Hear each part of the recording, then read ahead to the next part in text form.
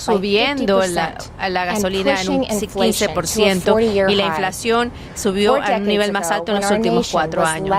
Hace 4 años, cuando nuestro país estaba viendo que no había inflación, hace muchos años, cuando yo era joven, yo cuidaba de mis hijas y nosotros, mientras él venía a casa, yo iba a trabajar en la noche en una tienda de víveres.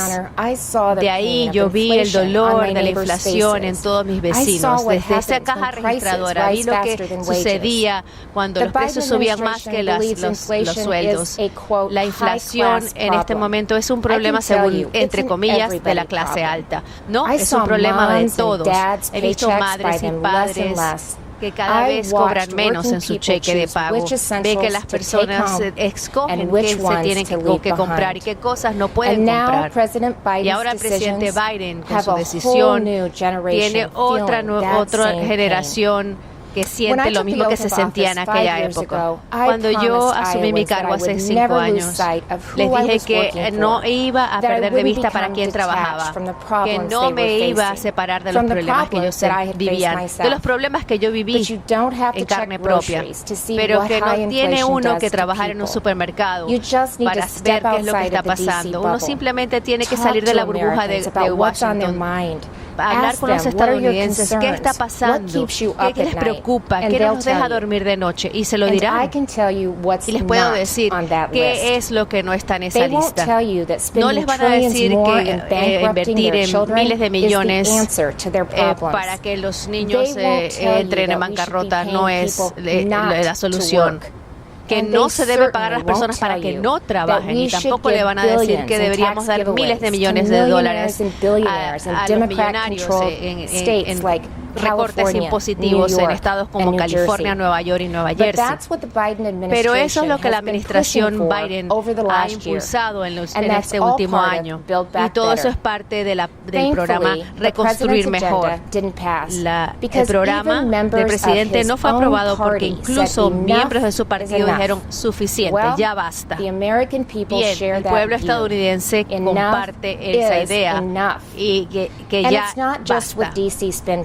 Hay que cortar esos gastos. Los estadounidenses están cansados de que la clase política quiera reconstruir este país en un sitio en el cual solamente una élite limitada pueden hacer y decir lo que pueden o no pueden decir, y los demás, o lo que puedan creer los demás. Ya están cansados de que la forma de finalizar el racismo es categorizar a uno y cada uno por su raza.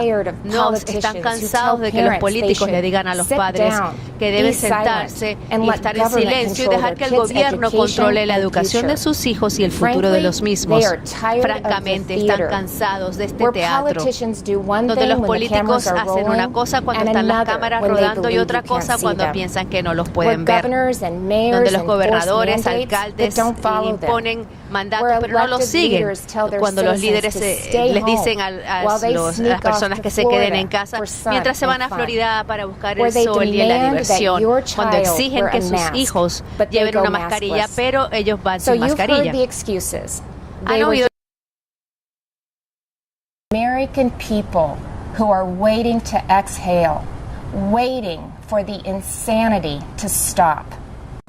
We now live in a country where violent crime is out of control. Liberal prosecutors are letting criminals off easy, and many prominent Democrats still want to defund the police. You know, it seems like everything is backwards.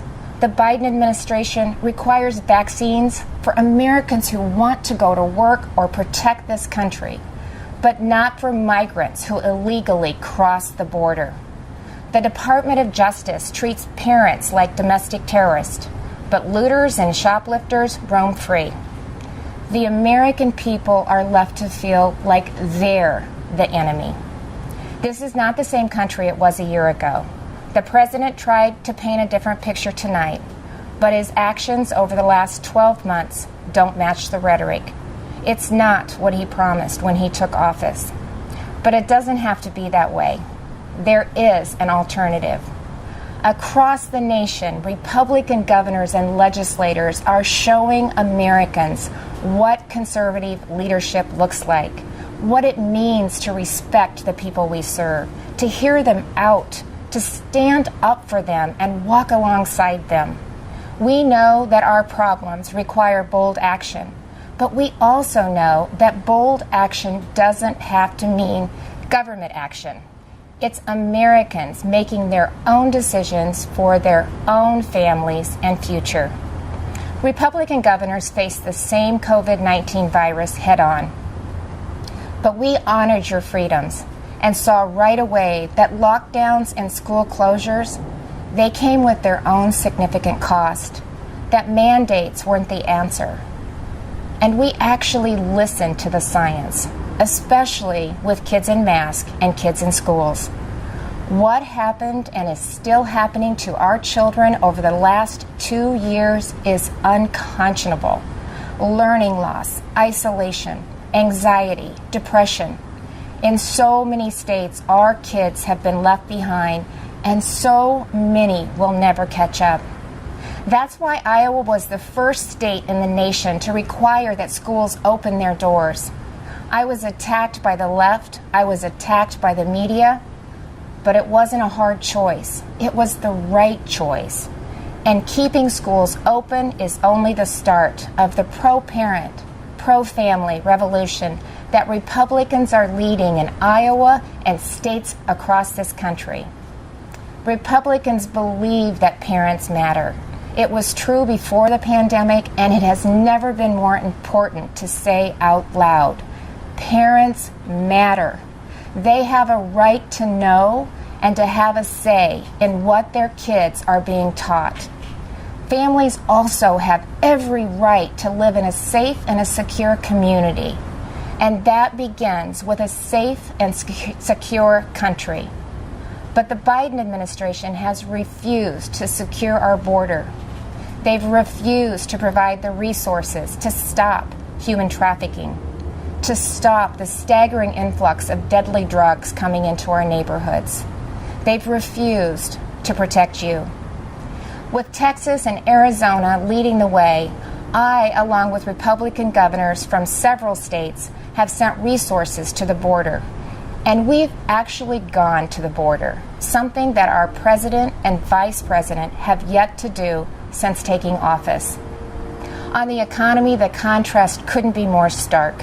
While Democrats in D.C. are spending trillions, sending inflation soaring, Republican leaders around the country are balancing budgets and cutting taxes, because we know that money spent on Main Street is better than money spent on bureaucracy. Today, I signed legislation that eliminates Iowa's tax on retirement income and sets our tax rate at 3.9%. That's less than half of what it was just 4 years ago. And it shouldn't come as a surprise that out of the top 20 states with the lowest unemployment rates, 17 have Republican governors. Republicans may not have the White House, but we're doing what we can to fill the leadership vacuum. And on the issues that are affecting Americans, Republicans are leading. We're standing up for parents and kids. We're standing up for life. We're keeping our communities safe and thanking those in uniform. We're fighting to restore America's energy independence, and that includes biofuels.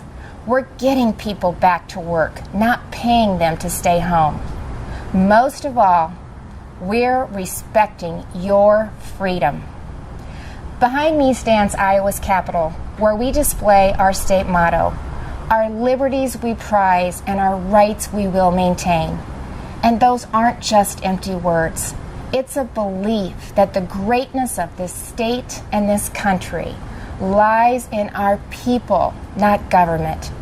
You shouldn't have to wake up every morning and worry about the next thing the government is going to do to you, your business, or your children.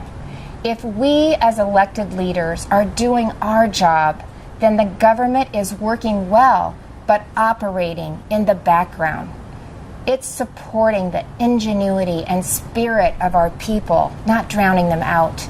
It's keeping them safe, not restricting their freedom. That's what I believe. That's what Republicans believe, and that's what Republicans are doing. I am so blessed to be the governor of Iowa, where people are humble, hardworking, and patriotic. We take care of each other. And yes, we are, as they say, Iowa nice. But you don't have to be from Iowa to see that those are the values of America at its best. All of America. Over the last few years, I've put my faith in Iowans, and they haven't let me down. I encourage this president to do the same, to put his faith in you, the American people, who have never wavered in your belief in this country, regardless of who leads it. Because you know, you've shown that the soul of America isn't about who lives in the White House. It's men and women like you in every corner of this nation who are willing to step up and take responsibility for your communities, for your neighbors, and ultimately for yourselves. By that most important measure at least, the state of our union is indeed strong. Thank you, God bless you, and God bless the United States of America.